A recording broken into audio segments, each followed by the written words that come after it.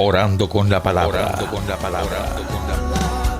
Te damos gracias, Señor Dios Padre, por este día que nos regalas, por este espacio de encuentro contigo en la meditación, en la oración, en la palabra misma que tú nos regalas como el maná en el desierto para que nosotros alimentemos todo nuestro ser. Por estos días estamos leyendo el texto de Jonás, cuando Dios Padre lo llama para que vaya a Nínive, la capital de los asirios, famosos porque eran crueles. Pero no solamente los destacaban que eran unas personas crueles, porque también fueron unos grandes impulsadores de la civilización.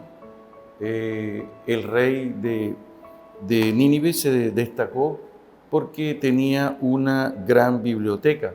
Y también podemos descubrir a través de sus altos relieves y de sus esculturas el avance que ellos tenían. También eran unos grandes guerreros, feroces guerreros. Así que nosotros, cuando escuchamos que Jonás fue enviado a ese lugar, es como si a ti te enviaran a un lugar donde hay una guerra, para que tú vayas a apaciguar esa guerra, para que tú seas el mensajero en nombre de Dios a convertir, a transformar una mentalidad violenta en una realidad de posibilidades donde se pueda lograr la convivencia. Tú y yo podemos negarnos porque nos creemos incapaces o porque la misión a la cual nos llaman sobrepasa nuestras fuerzas. Y aquí es donde está el punto de quiebre, donde nosotros tenemos que reflexionar que nosotros no podemos hacer nada sin la acción o la gracia del mismo Dios en nuestra vida. Jonás, cuando se siente convocado para ir a ese lugar, lo que hace es que donde está Jonás, empieza a caminar y se embarca, dice, en Jope, en un barco que va rumbo hacia el extremo del mundo que queda en España, en un lugar que se llama Tarsis. Hacia allá se dirige Jonás. Contrario queda Nínive, porque Nínive queda allá en medio de los dos ríos donde queda el actual Irak, el Tigris y el Éufrates. En medio de esos dos ríos donde queda el actual Irak, especialmente la ciudad moderna de Mosul, ahí es donde quedaba la capital, donde están los asirios, a los cuales Jonás les teme. ¿Y por qué les teme? Porque el pueblo experimentó el exilio hacia ese lugar. Por lo tanto, experimentaron la crueldad y toda la violencia. Jonás se niega, pero Jonás, cuando se aleja de Dios, reconoce, estando en el barco, a través de la crisis que se presenta, porque el barco está sacudido por las olas y los marineros temen que se va a hundir el barco, y Jonás reconoce que es culpa de él. Él no culpa a nadie, no victimiza a nadie.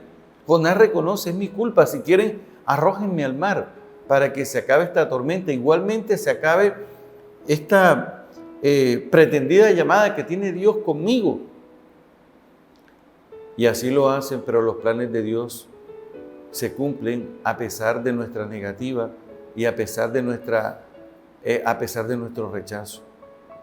A pesar de que el pez se traga a Jonás, como nosotros lo hemos escuchado, Dios responde siempre triunfando a través de su proyecto salvífico.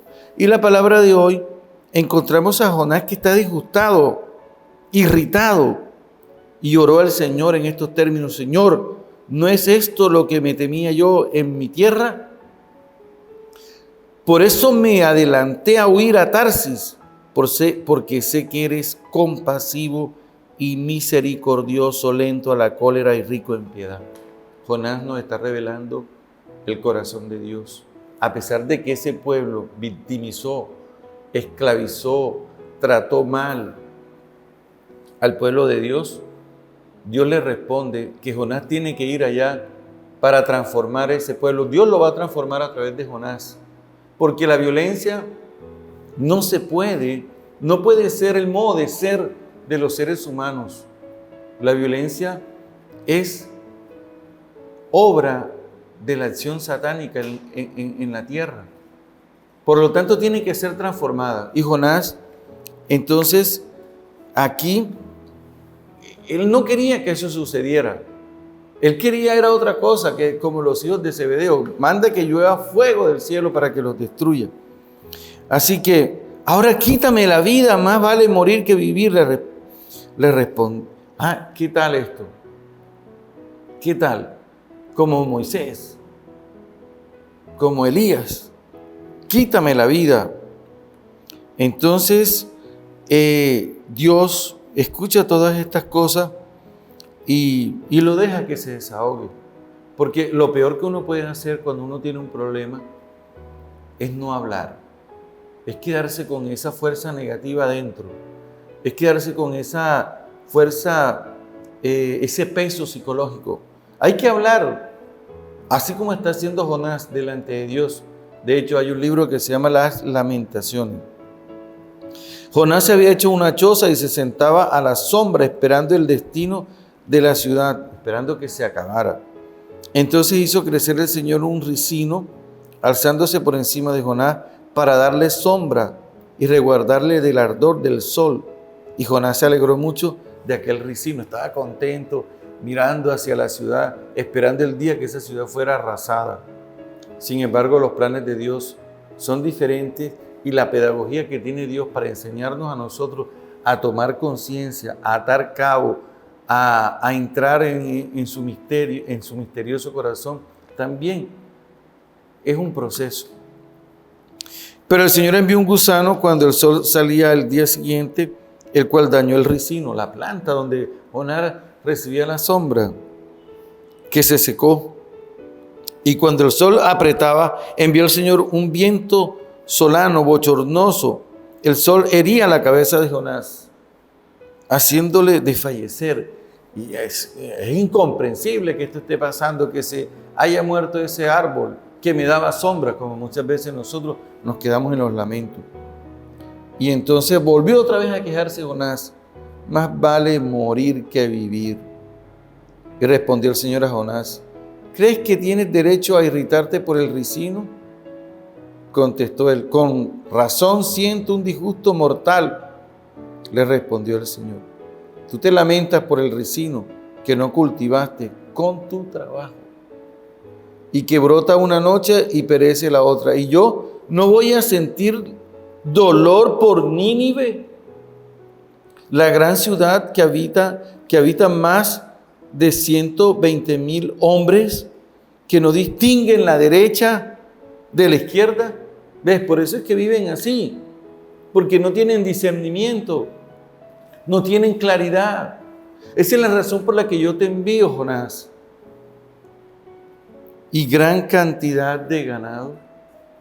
Esta palabra, el Señor hoy nos invita a reflexionar. Y de hecho Jesús en el Evangelio de hoy nos dice: cuando se dirigen a Dios, digan Padre.